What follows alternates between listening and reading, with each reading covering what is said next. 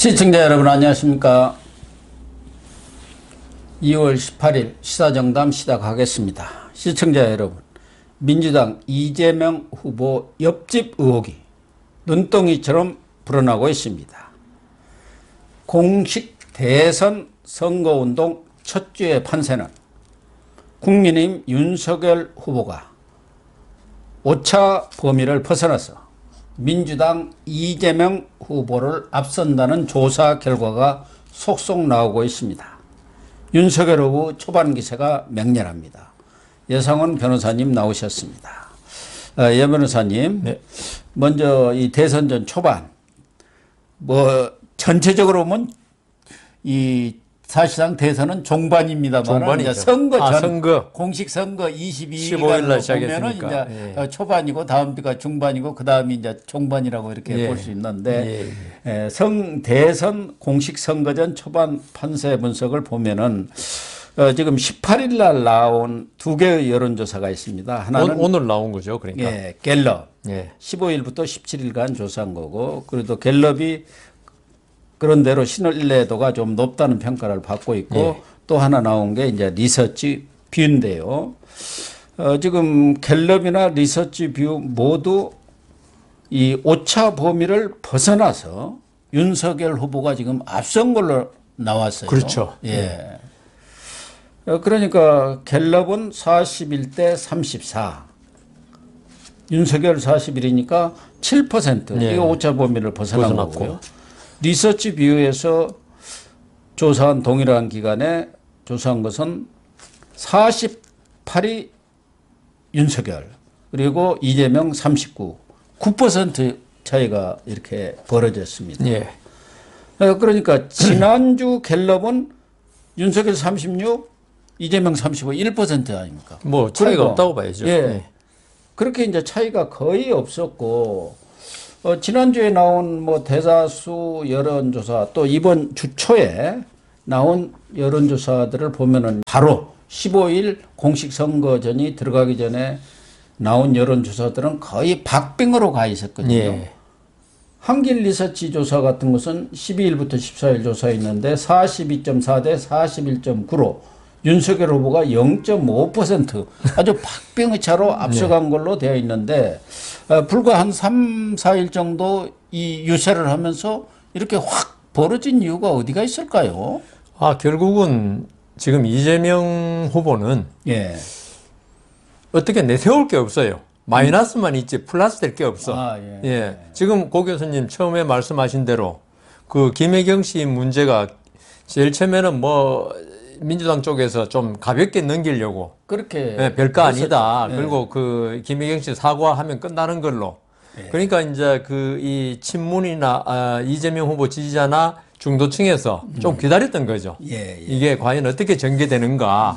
그러니까 이제 이게 민주당 쪽에서 워낙 강하게 반발하니까 모르겠다 이래가지고 이제 비슷비슷했다가 이게 지금 아까 이제 나중에 말씀드릴 거지만 이현욱 변호사 사태 그것까지 합쳐지면서 이게 맞네. 그리고 지금 결정적인 게 있죠. 초밥 10인분하고 샌드위치 30인분. 그게 그 배 사무관이 지금 김혜경 씨 집에 기생충이 있나 이럴 할 정도로, 왜냐하면 이재명 후보하고 김혜경 씨 있는 집에 무슨 10인분하고 30인분이 필요합니까? 그렇죠. 근데 그게 이현욱 그 변호사, 그 바로 옆집에 그 경기 도시공사입니까? 주택도시공사. GH라고. 거기에 직원들 합숙소가 있다는 게 알려지면서 이게 진중권 교수도 그렇게 말한 것 같아요. 퍼즐이 이제 맞아 들어간다. 퍼즐이 맞아. 그러면서 이 김혜경 씨의 벽화 논란, 그리고 황제 의전이 아니라니까 계속 황제 의전 그러더라고요. 불법 의전 논란. 이게 이제 확인이 되는 거죠. 이제 하나씩 확인되고, 그러면서 반면에 윤석열 후보 이때까지 그 인터뷰라든가 그다음 대선 토론에서 못 보던 모습을 이번에 그 유세장에서 그대로 보여준 거예요. 기가 그냥 확 살아났던데요. 어퍼컷을 갖다가 하고 하여튼 아주 힘차고 이런 모습을 보여주면서 시민들이 이때까지 윤석열 후보를 갖다가 뭐 좀 뭘 모르고 예. 아무것도 모르는 바보 취급하는 사람도 있더라고요. 예. 저는 그게 이해는 안 가는데 그래도 그 서울법대를 나오고 검사를 수심이 했는데 어떻게 멍청하다는 평가를 받느냐 좀 의문이었는데 여하튼 그쪽에서 민주당 쪽에서 프레임을 씌운 거죠. 예, 그런 그렇죠. 식으로 그다음 또 말 실수를 좀 하긴 했잖아요. 그러면서 윤석열 후보에 대해서 조금 부정적인 면을 시각을 가졌던 사람들이 직접 유세 현장에 나와 보니까 예. 이 말하는 게 너무 잘하는 거예요, 말을. 예, 말을 예. 아주 그냥 뭐 똑 떨어지게 하던데요. 그러니까요. 그래가지고 완전히 달리 보게 된 거죠. 이게 그러니까 한쪽은 계속 플러스만 이때까지 숨겨졌던 좋은 모습이 나타나면서 플러스가 되고 한쪽은 내가 숨겨졌던 마이너스가 나타나면서 하락하고 이러니까 계속 박빙 예. 여기서 이제 서서히 우리 상승세로 돌아서 쇼트랙 보셨지만은 예. 한번 마지막에 지금은 제가 볼 때는 마지막 스퍼트가 중요하거든요. 선거운동 기간 후는 아직 중반전이라 그러지만은 사실 선거 전체적으로 볼 때는 종반전이거든요. 이 마지막 스퍼트가 이 마지막 스퍼트에 누가 힘이 있느냐 체력을 비축해 놨다가 이재명 후보는 그 전에 이미 너무 체력을 다 써버린 거예요. 근데 윤석열 후보는 사람 덩치도 그렇지만 힘을 비축해 놨다가 지금 팍 쏟아 부으니까 이게 비교가 탁 되면서 예, 국민들이 드디어 알아차린 거죠. 이재명 후보에 대해서는 이때까지 그 사람들이 사이다 발언이니 이재명이 행정의 달인이니 경제를 살릴 대통령이니 하면서 어떤 추상적인 구호만 가지고 있다가 이게 도덕적으로 너무나 도저히 표를 주기에는 부적합하다. 아까 우리 윤석열 후보 이야기했지만 윤석열 후보한테 지금 민주당에서 공격하는 게 거의 없어요. 있다고 해봤자 거리가 없으니까. 신천지 압수수색 했는데 이거 밝혀졌지 않습니까? 보건복지부에서 오히려 조금 중대본입니까? 거기서 압수수색 하면은 신천지 신자들이 다 숨어버리니까 이거 안 하는 게 낫겠다. 그 검사까지 파견해가지고 의견 들어가지고 안 했는데 추미애 이런 사람 나서가지고 마치 신천지하고 윤석열 후보하고 무슨 밀착돼가지고 그런 것처럼 그런 게 다 드러나 버리니까 그래서 이런 말씀을 드리면 너무 좀 성급하다 할지 몰라도 지금까지의 판세가 지금 20일도 안 남았는데 이게 과연 뒤집어지려면 아주 경천동지할 만한 어떤 사태가 생겨야 되는데 그래서 아침에 누가 그러더라고. 이재명 측 선거운동원들이 유세차에서 박수치고 하는데 보면 너무 힘이 없고 빨리 이거 좀 끝나고 집에 가야 되는데 이런 모습을 띈 사람이 많다. 이런 동영상을 SNS에 올렸더라고요. 그러니까 그 정도로 이재명 후보 쪽에서는 말은 못하지만 이미 판세를 자기들은 알지 않겠습니까? 현장을 분위기를 그러니까요. 선거를 해본 사람은 다 그래요. 현장 분위기를 보면 금방 안다는 거예요. 손 잡아주는 거 눈빛 하나만 보면 내가 살아나는구나 죽는구나 이거 금방 아니까 윤석열 후보가 거기서 지금 길을 받은 거 아닙니까? 그러니까 엎어것도 날리고 그러는 거죠. 힘이 생기는데요. 그러니까 힘이 있는 쪽은 이게 마지막에 왜 경주할 때 우승한 쪽은 앞에 많이 차이난 쪽은 더 힘이 생기고 이거 도저히 못 따라가겠다 싶으면 힘이 빠지거든요. 그렇죠. 그래서 지금 그런 현상인 것 같습니다. 특히 이 리서치 뷰에서 조사한 결과를 보면은 그동안 호남에서 28%까지 윤석열 지지가 나온 적은 있습니다만은 이번 조사를 보면은 윤석열이 33%가 그러니까요. 나왔습니다. 그리고 이재명은 56%예요. 그러니까 이재명으로서는 폭락이고 사실 여기서는 아무리 안 나와도 지금 여론조사상에 70% 이상은 나와야 급주하거든요.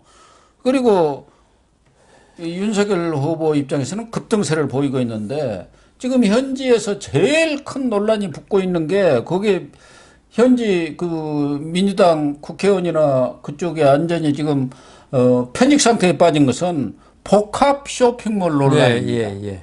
윤석열 후보가 가서 이 대도시의 복합 쇼핑몰 오는 데는 이 광주뿐이 없다. 호남뿐이 없다. 그걸 불을 지르는 거예요. 근데 지금까지는 민주당이 그걸 지금 막아왔다는 거예요. 그러니까 전통시장을 살려야 한다. 소상공인을 살려야 한다 해갖고 거기 양동시장이다 뭐다 있는데 그러니까 2030이나 크게 이런 사람들 입장에서는 아니 쇼핑몰 하나가 없어갖고 어느 도시에 그런 게 없는 게 있느냐. 그래서 다른 지역으로 우리가 원정 쇼핑을 대전 서울까지 간다는 거 아닙니까? 거기다가 GRDP라고 그러니까 그 지역 총 생산을 따지는 거 우리 GDP라는 게 있지 GDP하고 같은 거죠. 그래 강주는 호남은 꼴찌다 꼴찌. 대구하고 같이 공동 꼴찌라고. 그러니까 호남 사람들 입장에서는 아니 우리 민주만 주장하지 말고 민주만 이제 먹고 사는 경제를 좀 살려달라. 그렇게 지금 분위기가 확 바뀌어버렸다는 거예요. 급법하면 내려와서 뭐 민주 성진이 어찌냐 하고 민주화만 떠들어대고. 립 서비스만 한 거죠, 그죠? 그러니까 호남이 호구냐. 네. 이런 분위기가 확 살아나고 있다는 거예요. 그러니까 사실 33% 뭐 저도 다 믿지는 않습니다. 예, 그렇죠. 예, 그래도 다 이렇게 믿지는 올라갔다는 않지만은 게. 그 중에는 이제 이재명 후보의 어떤 도덕성에 대해 실망한 호남 민심도 이제 포함되어 있는데 과연 투표장에서 어떻게 될 건지 지금 이재명 후보도 마지막으로 그것만 믿고 있는 거죠. 아니 갤럽도 18%가 나왔습니다. 동일하게 조사를 했는데 갤럽 18이 적은 게 아닙니다. 그러니까 이때까지 전통적인 민주당 후보하고 이재명 후보하고 좀 달라요, 완전히. 이때까지 전통적인 호남 후보들은 DJ를 비롯해서 뭐 여러 가지 뭐 문제가 있다 하더라도 도덕적으로 이렇게까지 타락한 후보는 없었다는 거죠. 그렇죠. 근데 이재명 후보는 우리가 까도 계속적으로 본인이 이전에 말했던 뭐 청렴하고 어쩌고 저쩌고 하는 거하고 정반대의 행태를 계속 보였거든요.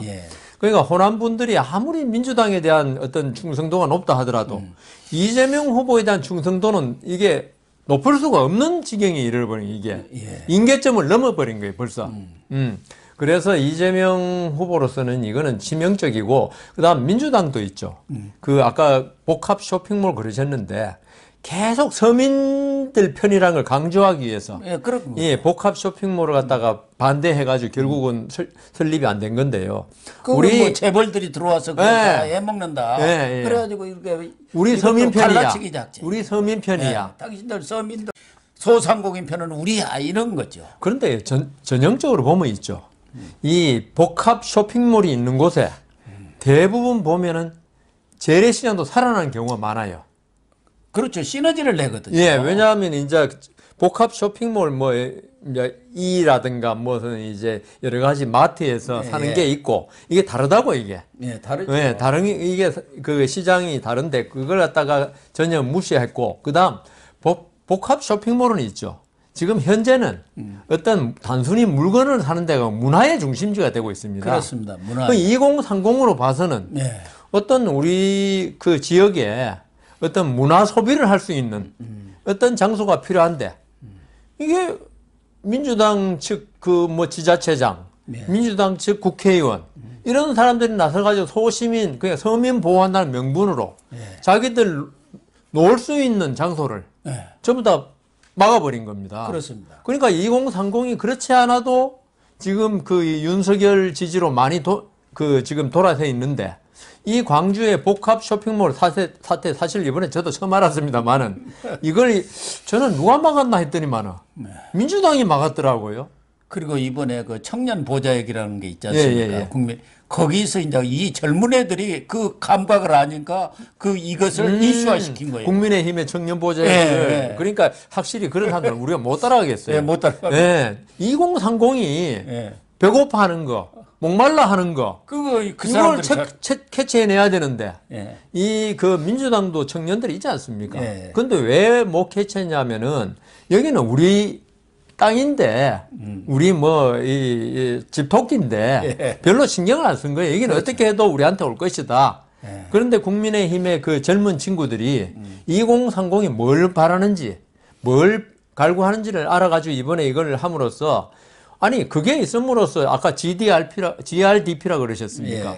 아니 그래야 경제가 활성화돼야지 밥 먹고 살 게 있지. 그런 면에서 2030의 어떤 그 문화에 대한 갈증, 그다음 그 50, 60 이렇게 넘어서는 분들의 어떤 경제적인 어떤 그 부양에 대한 갈증 이런 게 합쳐가지고 결국은 뭐 33%, 28%로 갔기 때문에 이게 지금 한 20일 남은 시간 동안 이걸 뒤집을 수 있을지. 저는 좀 힘들다고 보입니다.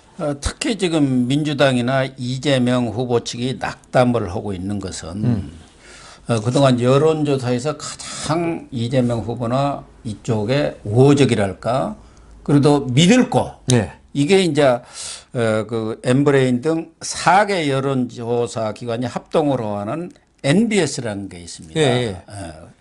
국가 여론 뭐 지표인가. 그게 지금 이 여권하고도 가까운 데입니다. 또 하나는 이제 방송 3사가 이 공중파 하는 여론조사가 있는데 이 NBS 조사 국가 여론 지표인가 이 조사에서 지난 주말에도 35% 동률이었어요.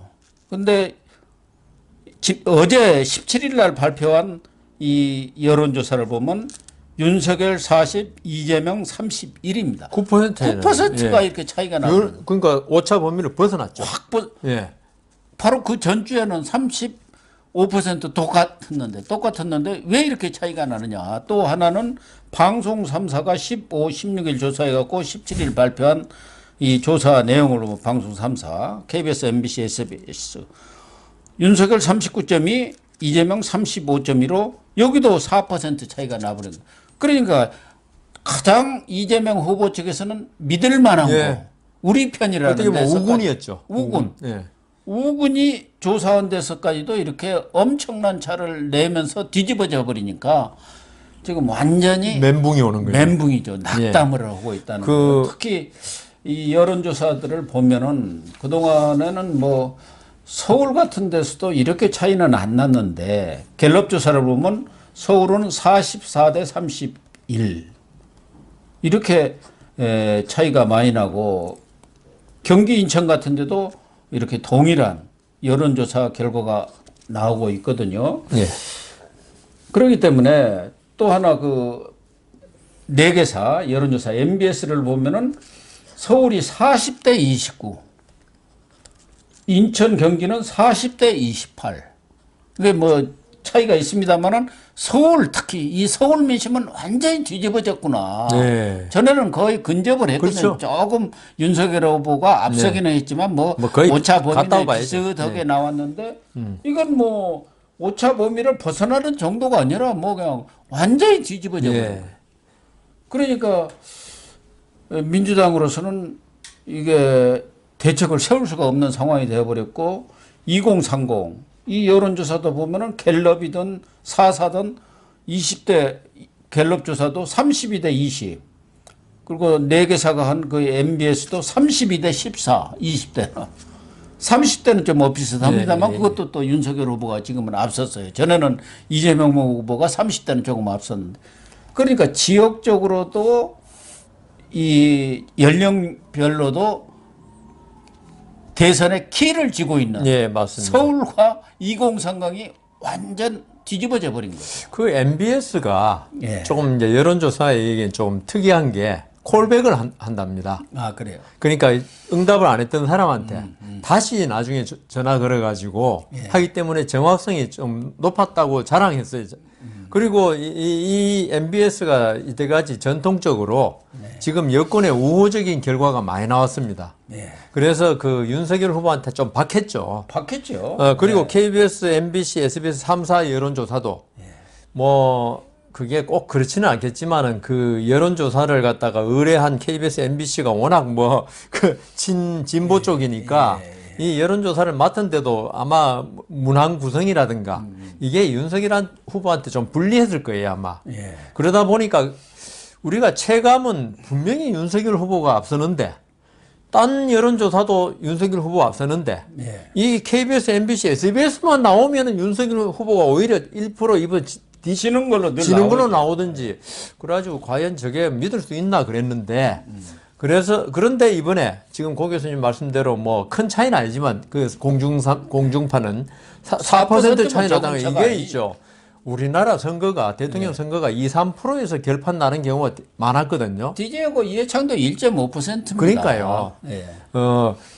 그러다 보니까 이게 그 뭐 오차 범위 내라고 이재명 후보 측에서 안심할지 모르겠는데 안심하는 게 아니고 아직 희망을 가질지 모르겠는데 그렇지 않다고 보거든요. 이게 결국은 고차가 되고 지금 또 이때쯤이면 이제 이게 완전히 그 양진영으로 이 후보자들이 그 뭉침 현상 그게 이미 됐고 지금부터 거의 결집이 다 됐습니다. 이번에 여론조사에 나오지만 후보를 바꿀 의향이 있느냐에 대해서 거의 없더라고 이제 80% 정도가 그렇다면 이거는 이제 그대로 나가고 그러니까 이 그 민주당 쪽에서 현지 진짜 필드에서 뛰는 민주당 쪽 국회의원 또는 그 선거운동원들이 이게 느끼는 거죠 몸으로. 그러니까 힘이 날 리가 없죠. 그리고 저는 그 서울 44대 31, 그다음 경기, 인천 이런 게 보면 이게 아주 의미하는 바가 크다고 봅니다. 우리가 그 서울 같은 경우는 있죠. 우리가 미국 뉴욕을 뭐 세계 인종의 전시장이라 하고 하듯이 서울도 우리나라 모든 지방에 고향을 둔 사람들이 모여 있는 곳 아닙니까? 결국은 뭐 호남 같은 경우는 민주당, 그다음 TK, PK 같으면 국민의힘 이런 갈라져 있지만은 이 서울 같은 경우는 그 어떤 지방의 용광로기 때문에 여기서 나온 여론조사는 있죠. 결국은 이게 결국 바로미터가 되고, 그렇죠. 그다음 이게 이 서울에 있는 아들, 고향을 떠나 있는 아들이 지방에 전화해가지고 아버지 어머니한테 이야기하는 거, 그게 결국 선거로 가는 거 아니겠습니까? 그렇죠. 그래서 이게 서울의 44대 30이라는 건 이거는 진짜 13% 같으면 어마어마한 건데, 이거 마치 작년 4월 4.7 재보선 그때하고 좀 비슷한 느낌이 드는데요. 그렇습니다. 서울이 이렇게 민심이 뒤집어. 그렇다면 이게 작년 4월 7일 끝나고 어떤 여론의 흐름이 바뀌어가지고 지금 바뀌었으면 모르는데 그대로 유지되고 있다는 거. 이거는 그러니까 이재명 후보나 윤석열 후보의 어떤 개인에 대한 호감도보다도 정권을 교체해야 한다는 그런 마음이 투영된 거다. 왜냐하면 그때하고 지금하고 비슷한 걸 보면은. 그렇습니다. 그래서 제가 이 자리에서 몇 번 말씀드린 대로 세계 선거가 보면요. 후보에 대한 호불호도 중요하지만 정권을 교체해야 되느냐 유지해야 되느냐 이런 여론이 더 투표 현장에서는 더 힘을 발휘하더라. 그래서 지금 사실은 있죠. 이 이재명 후보가 더 앞서거나 비슷하거나 해도 정권 교체 여론이 지금 더 크지 않습니까? 그러면 불안한데 이거는 정권 교체 여론이 한 20% 차이 나면서 지금 여론까지 이게 지금 지지율이라는 거는 개인에 대한 어떤 호감도 비호감도거든요. 정권 교체에 대한 거는 정책에 대한 호감도 비호감도고요. 그 두 개를 합치니까 이건 도저히 이거는 뒤집어지기가 좀 힘든 그런 지금 결과가 나오기 때문에 이재명 후보는 힘을 잃을 수밖에 없죠. 특히 이재명 후보로서는 집토끼를 다 결집했다고 생각한다면 이제 결국은 중도 외연으로 확장해야 하는 거 아니겠습니까? 그렇죠. 그런 차원에서 지금 이 중도층이 어떻게 여론에 나타나느냐도 중요한데 이번 갤럽 조사도 보면은 중도층은 윤석열 39, 이재명 32, 7%가 차이. 여기서 결판이 난 거죠. 그리고 4사가 조사한 NBS 조사도 보면은 37대 28이에요. 근데 바로 일주 전에는 윤석열 30, 이재명 38로 이재명이 8%가 앞섰는데 37대 28로 뒤집어진 거예요. 완전히 역전 정도가 아니라 이 격차가 엄청나게 나와버렸고 특히 엠브레인 등 4개사가 조사한 그 당선 가능성 조사 다른 데도 다 합니다만은 이게 너무 특징적이에요. 이 4개 여론조사 기관이 당선 가능성 동안 쭉 조사를 했는데 윤석열은 27%에서 34, 37, 43 이번에 48이 됐습니다. 48이. 거의 과반이네요. 그런데 이재명은 그동안 쭉 조사한 결과를 보면 48, 40, 38, 34, 32. 그러니까 당선 가능성이 완전히 뒤집혀지고 쪼그라들어 버린 거예요. 그러니까 이 당선 가능성이라는 게 바로 여론이거든요. 그렇죠. 누가 될 것 같다. 누가 개인적으로 나는 누구를 지지하지만 그래도 예를 들면 뭐 나는 윤석열을 지지를 하지만 가만히 보면은 이재명이 될 것 같다. 이렇게 좀 다를 수가 있는데 이 당선 가능성에서 보면 윤석열은 27에서 48로 올라서 버렸고 이재명은 48에서 32로 쪼그라드는 그런 상황이란 말이에요. 그렇기 때문에 여러 면에서 지금 이재명 후보로서는 참 어려운 상황이 아닌가 하고 그 중에 하나가 본인은 이제 뭐 인물대 그런 그 대비 효과를 높이기 위해서 민주당 점퍼를 안 입고 양복을 입고 다니지 않습니까?